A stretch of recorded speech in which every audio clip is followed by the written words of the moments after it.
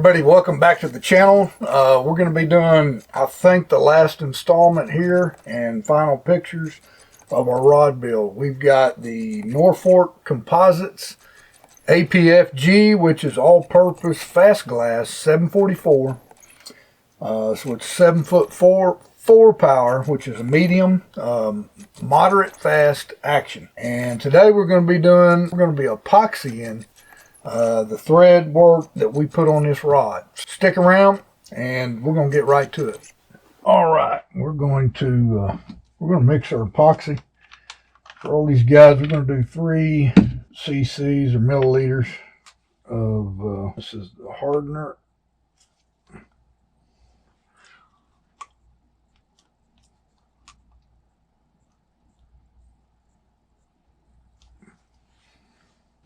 This part of the mix you do have to do exactly. Unlike the Pro Paste, this has got to be done with exact measurements. That's why I really like these syringes and these caps.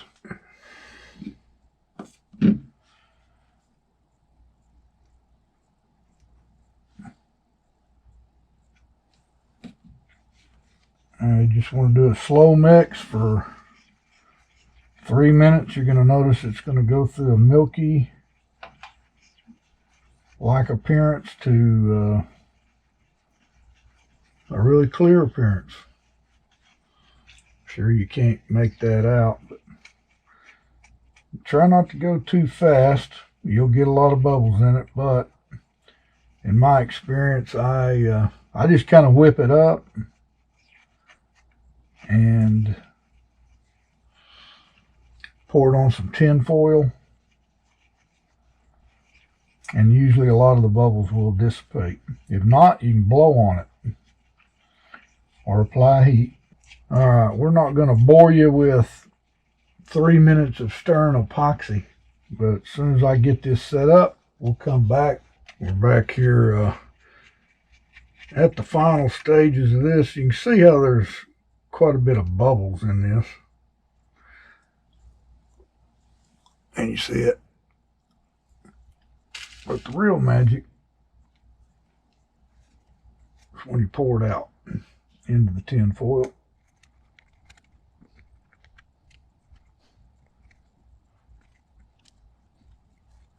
I kind of cleared up, so we're going to put our power wrapper in dry mode for now.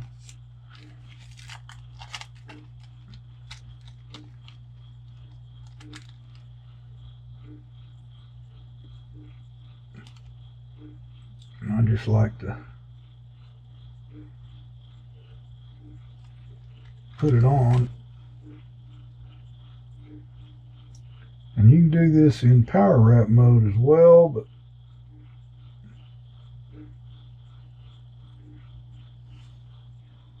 I like it going the other way better. And in power wrap mode, you can get it to move quite a bit more for a thin coat. I'll tell you what, I'll put it in that mode so you can just see it, but for those of you that don't have a power wrapper, this is also a good method, because you're going to have a dryer.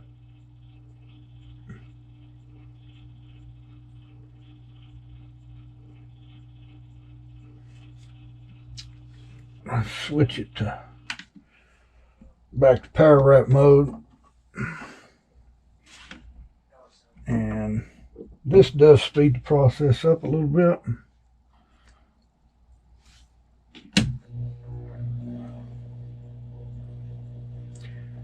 You do want a pretty thin coat, and I'll just kind of push it to the edge.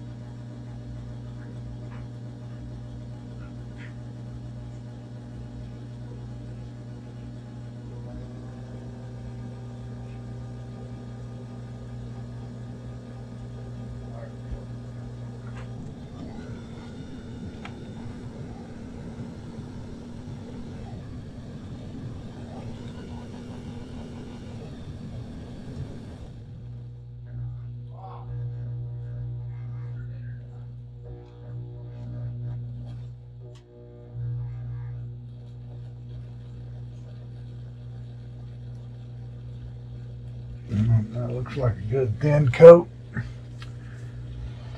Alright, after you get your first coat, I'm using my little torch. You want that first coat to be thin and just a little heat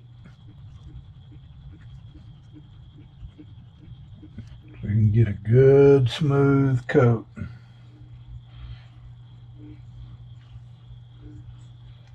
And you'll get a good clear, bubble-free. And after our epoxy sets up just a little bit more, I'll come back and show you how we'll do a winding check ramp at these three locations around the reel seat. Let's check our epoxy.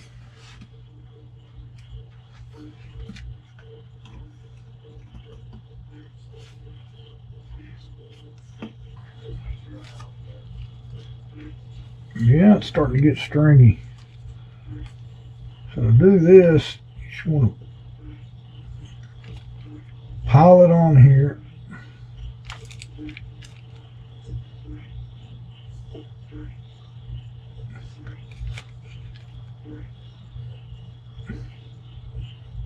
And you just want to drag it. Again, I like it going the other way. Just going to lightly touch your brush to the top of that finish.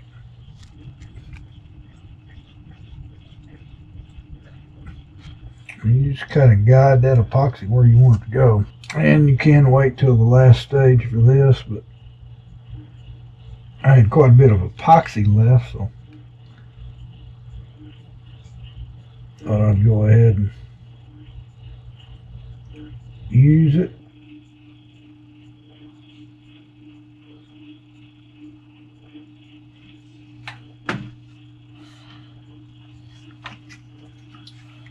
All right, that looks good enough for this first coat. So we're starting in a epoxy ramp, got a lot of bubbles in it, so I'm going to fire my torch back up. And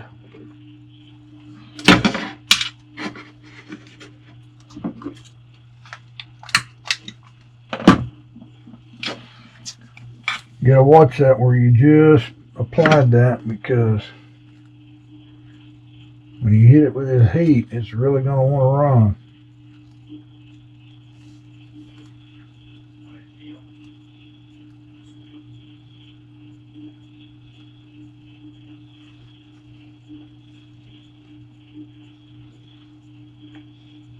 Yep, starting to run. It's going to drip.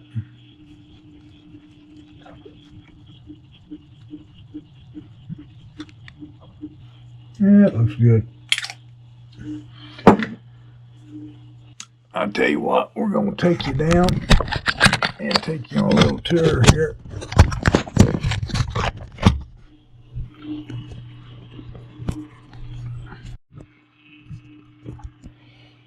All right, let's go on another little tour. So went ahead and what you didn't see is I clear coated where the label's going to go on these ridges.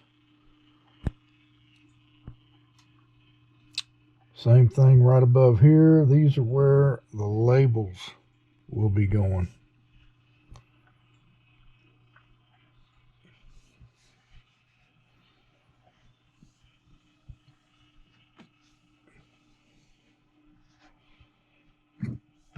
And we just went black all the way to the tip top. Then we did 4 inlays up at the top.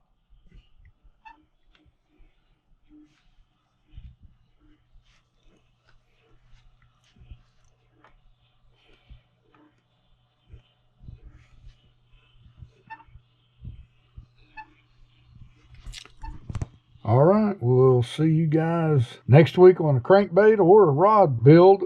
One way or the other, we'll have a YouTube video up. Till next week, signing out.